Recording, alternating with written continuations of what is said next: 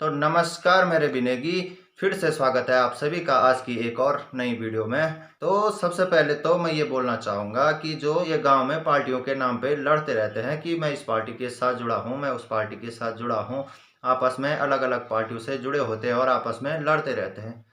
तो भाई उस चीज़ के लिए मत लड़े, तो अपने गांव के लिए लड़े भाई, ऐसी चीज़ों के लिए ना लड़े। मैं इस पार्टी से हूँ, उस पार्टी से हूँ।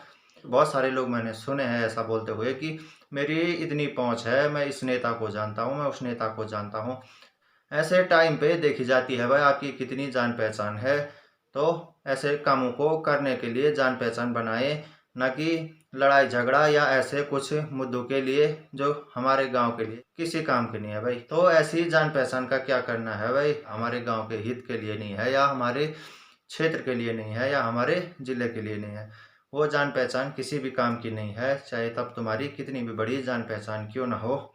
कल ही आप लोगों ने एक न्यूज़ देखी होगी, हमारे 10 जुला क्षेत्र के जितने लोग हैं, हमारा 10 जुला क्षेत्र का जो विद्यालय है जीआईसी कांडई, तो उसकी कैसी स्थिति बनी हुई है। न जाने कितने सालों से वहाँ पे टीचर ही नहीं है, मात्र 6 टीचर हैं और क्लासें हैं 8।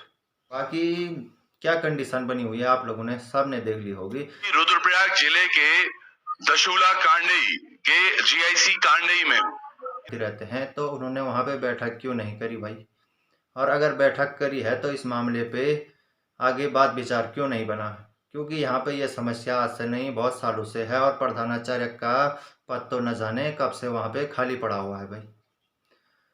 तो जितने लोगों के भी वहाँ पे बच्चे पढ़ने जाते हैं और जितने लोग भी स्कूल से जुड़े हुए हैं, तो उनको इस विषय पे ज़रूर से बात करनी चाहिए थी। अगर इस पे कुछ सॉल्यूशन नहीं निकलता तो स्कूल को ही बंद करवा दे भाई। क्यों अपने बच्चों का भविष्य खराब करना है कि जहाँ पे टीचर ही पूरे ना हो और मात्र दिन की 2 क्लासें चल रही हो भाई। तो ऐसे में क्या सीखेंगे बच्चे और कहाँ आगे बढ़ पाएंगे? बाकी इस चीज़ पे मैं ज़्यादा नहीं बोलूँगा क्योंकि कल आप लोगों ने न्यूज़ देख ही ली होगी। तो फिर से आते हैं भाई नमस्ते पहाड़ के गांव पे। तो वहाँ की स्थिति आप लोगों ने देख ली होगी किस प्रकार की बनी हुई है, और लगातार 2-3 दिन और तेज़ तरार बारिश हुई तो गांव ही तबाह हो जाएगा, यानी पूरे मकान बह जाएंगे या इस दलदल में नीचे धंस जाएंगे। तो इस चीज़ का वहाँ पे बहुत खतरा बना हुआ है। तो शासन प्रशासन को इस चीज़ पे ध्यान, बाकी अब ध्यान दे के भी कोई फायदा नहीं है भाई, क्योंकि अब तो बहुत मुश्किल वाला काम है। बस एक ही चीज़ हो सकती है, गांव वालों को कहीं सेफ्टी जगह पे रखा जा सकता है या भेजा जा सकता है, यही हो सकता है। बाकी अभी तो गांव का कुछ सुधार होने वाला नहीं है भाई, क्योंकि क्या ही कर पाएंगे वो अब। गांव तो पूरा जाने वाला है, इतने खेत टूट चुके हैं, लैंडस्लाइड इतना तगड़ा आ चुका है, तो इसमें क्या सुधार हो सकता है? बस गांव वालों की सुरक्षा हो सकती है, बाकी और कुछ नहीं हो सकता। क्योंकि इस चीज़ पे पहले ही गांव वालों को भी सोचना चाहिए था, और गांव में जितने लोग हैं, प्रधान हो गए या हमारे क्षेत्र के क्षेत्र पंचायत को भी इस चीज़ पे बात करनी चाहिए थी, बट नहीं करी। तो अब इस चीज़ को भुगतना तो पड़ेगा। बाकी अब एक ही काम हो सकता है, गांव वालों की सुरक्षा। तो इस चीज़ पे शासन प्रशासन को ज़रूर से ध्यान देना होगा और उन लोगों की अच्छी खासी मदद करनी पड़ेगी, क्योंकि स्थिति कुछ ऐसे बनी हुई है कि सभी लोग घबरा चुके हैं और गांव जाने की नौबत आ चुकी है। खेत तो उनके बह चुके हैं, बाकी बहुत सारी चीज़ों का नुकसान हो चुका है, जैसे उनकी फसल का हो गया। उन्होंने वहाँ पे दुनिया भर की सब्जी लगा रखी थी, आलू वगैरह वगैरह जो भी था, तो वो सारी चीज़ें भी दलदल में धंस चुकी है। तो उनको जो है ना बहुत सारा नुकसान हो गया है। बट मैंने कई लोगों को वहाँ पे बोलते हुए सुना है भाई कि गांव ही जाने वाला है, यानी हमारे मकान ही जाने वाले हैं, तो इस फसल का भी हम क्या करेंगे? तो वो भी बात सही है भाई। जिनके साथ उनकी न जाने कितने वर्षों से यादें जुड़ी हुई हैं, न जाने कितनी पीढ़ी वहाँ पे रह चुकी हैं, तो वही चला जाएगा तो फिर उन्होंने उस खेत खलियान का भी क्या करना है बचा के? बाकी अगर हो सकता है तो इस वीडियो को थोड़ा शेयर करें, मेरे लिए नहीं, नमस्ते पहाड़ के गाँव के लिए। अब एक थोड़ा ना जाएगा, अब सारे जाएंगे, अब सब ना, अब कोई फायदा नहीं है इस पे कुछ करके। जब करना था जब करना तो तब आते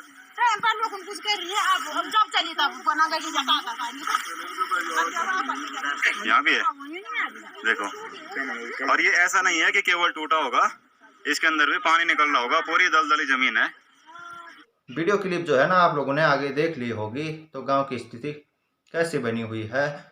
तो अगर यही हाल रहे और ऐसी बारिश लगातार होती रही तो गांव 2-3 दिन में समाप्त हो जाएगा भाई, यानी गांव तबाह हो जाएगा, इतनी बड़ी आपदा आ जाएगी वहाँ पे।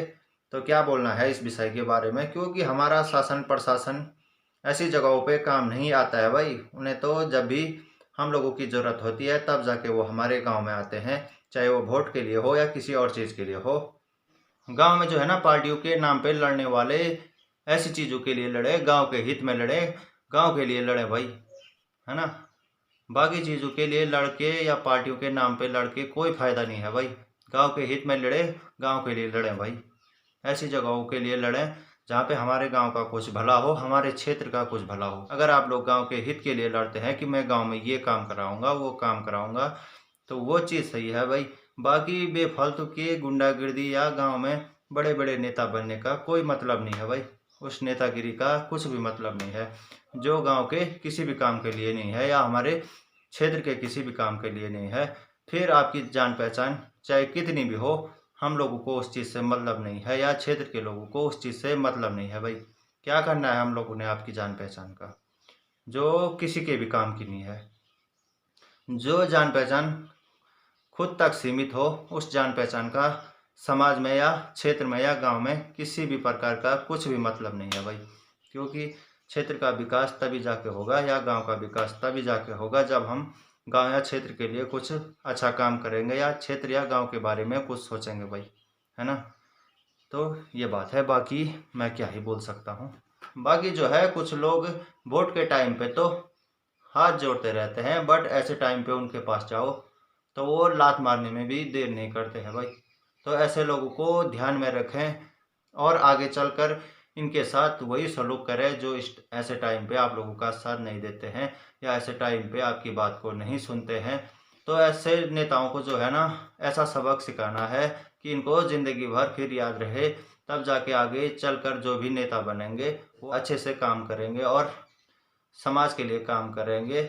बाकी आधा से ज़्यादा तो उन लोगों ने गांव या क्षेत्र बर्बाद करा हुआ होता है जो पार्टियों के नाम पे लड़ते रहते हैं भाई, कि इस पार्टी को वोट दो, उस पार्टी को वोट दो। वोट के टाइम पे आप लोगों ने देखा होगा, तो पता नहीं वो पार्टियों के नाम पे क्यों लड़ते रहते हैं।